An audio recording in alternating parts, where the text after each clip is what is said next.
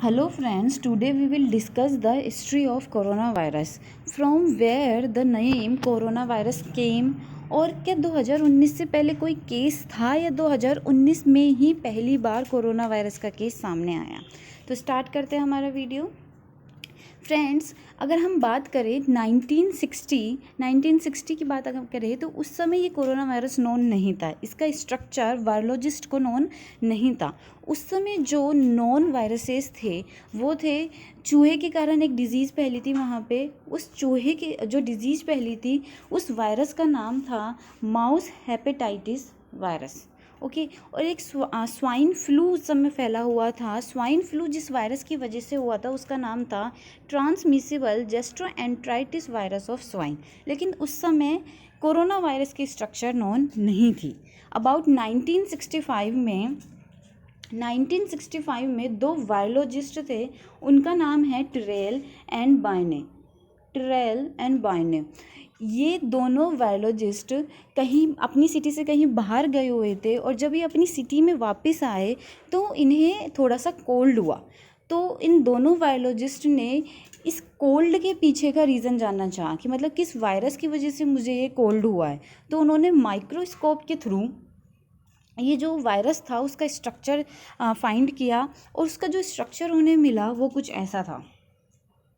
उनका स्ट्रक्चर कुछ ऐसा था, मतलब कुछ सर्किल टाइप है, उसके ऊपर कुछ उभरे हुए पॉइंट्स। अगर हम इसको स्ट्रक्चर को देखें तो एक सर्कल टाइप और उस पर कुछ उभरे हुए पॉइंट्स हैं।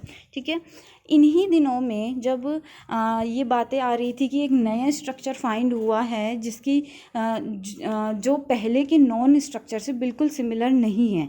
ठीक है, तो उन्हीं दिनों में दो और वायरोलॉजिस्ट थे, हेमरे एंड प्रोकनो।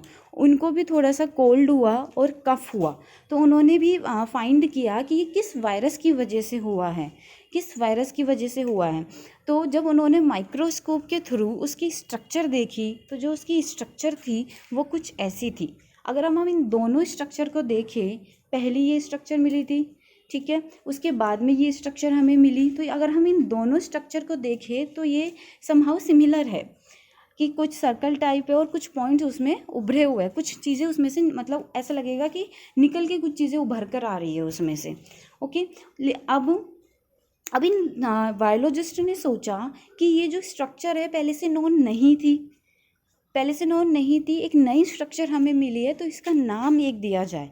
तो सबसे पहला लॉजिक जिसके बेसिस पे इसका नाम कोरोना पड़ा वो था इसकी क्राउन लाइक स्ट्रक्चर।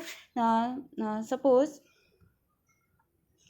ये कोई एक चीज़ है और इसके ऊपर कुछ उभरे से पॉइंट्स है, कुछ हमको ऐसा दिखाई दे रहा है कि ये क्राउन है, जो मुकुट हम सर पे पहनते हैं, तो ये वैसा हमको दिखाई दे रहा है। और सेकंड लॉजिक जो था इसके पीछे कि इसका नाम कोरोना क्यों पड़ा, वो था एक केमिस्ट्री में एक कंपाउंड होता है, 12 क्राउन 4। यहाँ पे ये जो 4 है वो रिप्रेजेंट कर रहा है इसके ऑक्साइड मॉलिक्यूल को, और ये जो 12 नंबर है, 12 नंबर रिप्रेजेंट कर रहा है ये ऑक्साइड मॉलिक्यूल जिससे एक दूसरे से बाउंडेड है। ये जो एजेस है, ये जो इन दोनों ऑक्साइड मॉलिक्यूल की बात करें तो ये इन एजेस से क्या है, बाउंडेड है। ठीक है, तो ये जो कंपाउंड है इसकी स्ट्रक्चर भी हमें अगर आप देखो तो एक क्राउन लाइक ही होगी कि ऑक्साइड मॉलिक्यूल ऊपर की ओर उभरे हुए हैं और नीचे एक सर्कल टाइप कुछ है। ओके, तो इन दोनों लॉजिक के बेसिस पे ही फर्स्ट की उसकी स्ट्रक्चर क्राउन से मिल रही है और सेकंड कि ये क्राउन कंपाउंड की तरह थोड़ा बहुत दिखाई दे रहा है, इस वजह से इसका नाम क्या पड़ा, क्राउन वायरस पड़ा, क्राउन वायरस। और वो क्या बाद में किस में कन्वर्ट हो गया, वो कोरोना वायरस में कन्वर्ट हो गया। So due to crown like structure इसका नाम क्या पड़ा, कोरोना वायरस पड़ा। तो फ्रेंड्स, यहाँ तक हमने देखा कि हिस्ट्री में कौन कौन से केसेस हमें मिले थे 2019 से पहले और इसका नाम कोरोना ही क्यों पड़ा। ठीक है, अब मैं आपको ये बताती हूँ कि करंटली आप सब जानते हो कि डॉक्टर्स जो है, जो साइंटिस्ट हैं, वो रिसर्च कर रहे हैं, नई नई रिसर्च कर रहे हैं, और वो पता लगा रहे हैं कि कौन कौन से मैमल्स रिस्पॉन्सिबल है इस कोरोना वायरस को फैलाने में। तो जो साइंटिस्ट ने रिसर्च की, उनके अकॉर्डिंग 3 मैमल्स सबसे ज़्यादा रिस्पॉन्सिबल है इस कोरोना वायरस को फैलाने में। हम सबको पता है कि ये जो मैमल्स हैं, इन सब में अबाउट 500 वायरसेस होते हैं। इनमें से ही एक वायरस है, इनमें से ही एक वायरस का स्ट्रक्चर सेम किसके स्ट्रक्चर के बराबर मिला है हमें, ये जो हमारे कोरोना का स्ट्रक्चर था उसके बराबर हमको मिला है। तो जो 3 मैमल्स रिसर्चर्स ने फाइंड करे हैं वो है, पहला है पेंगोलिन, सेकंड बैट्स चमगादड़, और सीवेट कैट। ये 3 मैमल्स बहुत ज़्यादा रिस्पॉन्सिबल है कोरोना वायरस के लिए। अब रिसर्चेस चल रही है, ओके, साइंटिस्ट लगातार अपनी कोशिश कर रहे हैं। तो जो सबसे पहले उन्होंने की वो चमगादड़ पे उन्होंने की। चमगादड़ का में जो वायरस था उनमें उनका 88% तक इस कोरोना वायरस के स्ट्रक्चर से वो मैच हुआ। जो चमगादड़ का डीएनए उन्होंने लिया, उन्होंने चेक करने का ट्राई किया कि इससे कितने परसेंट वो सिमिलर है, तो 88% तक उसका डीएनए कोरोना के स्ट्रक्चर से उन्हें सिमिलर मिला। आगे और उन्होंने फाइंड करने का ट्राई किया क्या और कोई मैमल भी है जिसमें वो वायरस हो जो बहुत उसका जो स्ट्रक्चर है वो इस कोरोना के स्ट्रक्चर से बहुत ज़्यादा परसेंटेज में इक्वल हो। तो उन्होंने रिसर्च की आगे, तो एक पेंगोलिन मैमल उन्हें मिला। इस पेंगोलिन मैमल में जब इन्होंने डीएनए लिया उसका, तो जो उसका स्ट्रक्चर था उसका स्ट्रक्चर 99% तक उन्हें सिमिलर मिला।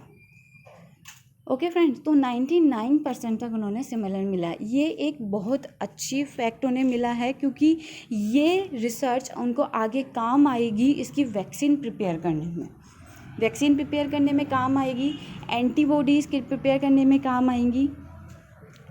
तो यहाँ तक आई होप आप लोगों को समझ में आया होगा कि क्यों इसका नाम कोरोना पड़ा, क्या हिस्ट्री थी इसका। एक लास्ट में मैं आपको बात बता दूं, जो चाइना का वुहान शहर है, वुहान शहर में ये जो सारे मैमल्स हैं, बैट्स मैमल है, पेंगोलिन मैमल है, सीवेट कैट्स है, ये इनमें से बैट्स और सीवेट कैट तो वहाँ पे ओपनली मिलते भी हैं, बट पेंगोलिन पे वहाँ पे रेस्ट्रिक्शन है, वहाँ पे ये ओपनली नहीं बिकता है। वहाँ पे लोग बाग ये बैट्स हुआ, सीवेट कैट्स हुआ, इन सबको खरीदने आते हैं, लेकिन जो पेंगोलिन मैमल है वो वहाँ पे ओपनली नहीं मिलता है। फिर भी इसके डीएनए का स्ट्रक्चर कोरोना वायरस के स्ट्रक्चर से 99% तक मैच हुआ है। तो क्या रीज़न है इसके पीछे, अभी डॉक्टर्स और अपनी रिसर्च कंटिन्यू कर रहे हैं, देखते क्या रिज़ल्ट निकलता है। ओके फ्रेंड्स, अगर आपको ये वीडियो पसंद आया हो तो सब्सक्राइब करिए चैनल को। तब तक के लिए गुड बाय।